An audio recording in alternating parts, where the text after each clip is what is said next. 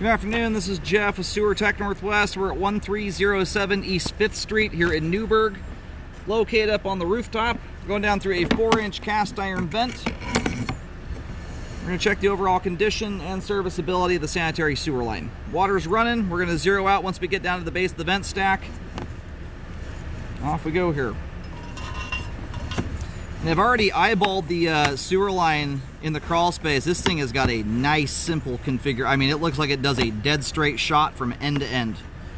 You can see that, and it's a unique sewer line. Most of these older houses like this, the line disappears under the dirt in the crawl space instantaneously, and you have no clue where the line actually goes. This is one of these rare older homes where you can see every inch of the sewer line up until it leaves the foundation of the house. It exits out of the home. As you face the home from the street, front right corner of the house, the line comes out of the house about, probably 16 inches in from that front right corner. Anyway, dropping into 4-inch cast iron. Waters are running. We're going to zero out here. Off we go. I've had that bathroom sink in there running for a few minutes straight. That sink doesn't even fill up slightly. Another rare thing to see is a bathroom sink from this era that doesn't fill up instantly. So, looks like, unfortunately, we do have root penetration, and that root intrusion there is in the crawl space. Last place in the... actually, that might just be just outside the house here, because we're hitting the transition to 3034 very quickly. We'll try and locate that. That's not a root intrusion you want to mess with right there, though. It's very close proximity to the house, and it's a good size one. That's one that can easily cause a blockage and a backup.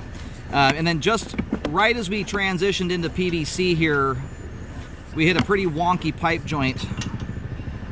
At the least, it looks offset. We'll take a second look at that. Probably recommend you extend the repairs from the root intrusion out to that pipe joint. And it looks like we may have gone through a Y connection just a moment ago. Party lines are very commonplace in Newburgh, and they're allowed generally. It's not like in Portland where it's a big scary thing. Out here it's commonplace. They build them right into brand new construction out here. That might have been what that was. It might have also just merely been a clean out access, which you do have out the front of the property. Right about where the yard hits the sidewalk, you'll see a big green valve cover plate there. It says sewer on it. You got a secondary clean out access there. So here's the main connection at 60 feet. We're going to go locate here real quick while the line drains out. Then we're mostly going to focus on the stuff that's fairly close into the home. All right, located the camera head successfully. Line terminates on East 5th Street. It's kind of an interesting line. I mean, overall, when it's stuff you can see out here, the line looks like it's going to run in a dead straight shot. It does have a couple zigs and zags in it, but overall, it runs pretty darn straight.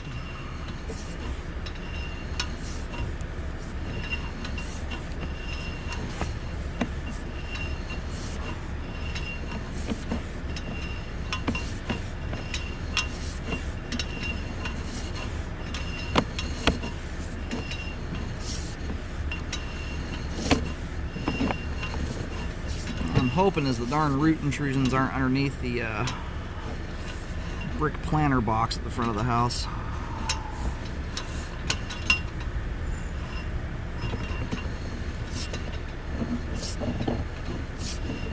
And right now the camera is upside down. There is a Y in right there. That's about where the secondary access point is. They may have just simply put in a Y for the clean out instead of a tie into the top of the sewer line like you typically have. It's not the most uncommon thing in the world. It's just typically you get a T into the top of the line, or at least a Y. And the reason that clean out is not something we're using is it's a directional style clean out. It forces you one way. Unfortunately, you can't go backwards from it. Anyway, you've got an offset right there. We're going to pull back in and see how close that is to the roots. Yeah, that's a nasty root intrusion. That thing, my camera is boring a hole through the middle of it to get out. So it's... What's tricky about this root... I can barely get back through this thing. It's so thick. It's tricky to know exactly where the roots start. If it's penetrating the joint my camera's sitting under right now, sometimes roots will punch through a line, they'll grow backwards up the line. So it's somewhere in this general vicinity though. I'm gonna park the camera right here, the closest part of the roots right here, and then locate. Yeah, unfortunately this is within that brick planter box right up against the front of the house. And the line comes out a little bit further in from that corner. It's closer to about 3 feet in. Anyway, I put a green X there. It's very close to the foundation wall. I tried to push the camera in a little ways to get better centered in that root. It's possible the roots may start under the foundation wall. It's really hard to locate when you get that close up to a house. But if you're going to be digging out here, I would recommend dealing with this joint at the same time. The concern is, one, it's settled. Right now, this isn't doing a ton to affect functionality. My concern is you have a weakened pipe joint around a tree that is clearly causing a root intrusion. At least it appears to be that tree that's near the front of the house, if I were to wager a guess anyway. You just don't want roots to be able to easily plow through that joint, and the offset on its own can cause blockages. So this is one of those scenarios where when you're already down there digging, it would be a wasted opportunity not to correct this part. It's really not extending things a whole lot further anyway.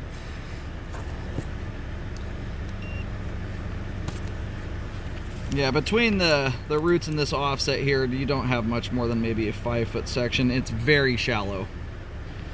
In fact, I had to push out to this point here to get a proper depth because I was so close to the house.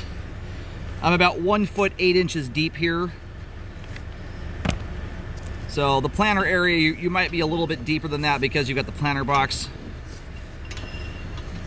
So I'd recommend fixing both those at the same time. So if you notice you've got a lip there, and it looks like you've got roots actually plowing through the transition joint here. So I'm going to extend that marking. There's going to be green paint from the front of the house out about 5-6 feet away from it. You've got roots plowing through multiple spots there. So from about 17 feet to 23 feet. The nice part here is the depth you're dealing with. Very shallow. The bummer is that brick planter. It's a cute brick planter. It's a bummer to have to mess with it. And some repair guys have some crafty ways of sometimes not having to mess with that. But that first root there is right underneath it. And I highly, highly recommend that be repaired. That's a root intrusion that will undoubtedly cause a blockage in the backup. If it hasn't already, I'd almost be amazed. I have to force my camera through it, so it's not one that stuff is going to easily sift through as it makes its way through there. I highly recommend re-scoping the sewer line after any repairs are done to check the work. Very important to do that. You want to do that when the trench is closed, so there's weight on top of the sewer line. Ideally, you want to, if you have to pull the brick up there, if you're going to redo the brick, you at least want to bury it and compact it. You're going to add a little bit of weight back on top of the bricks, but if you can at least get everything flattened out, compacted, like you're going to put brick over it, you've at least put a load on the line. And at that point, you can check to make sure everything looks good. This is also an ideal opportunity. I'll have to go back and review the video now. I don't recall seeing a clean out. That's a good spot to put a two-way clean out. It's right where you'd normally have one anyway.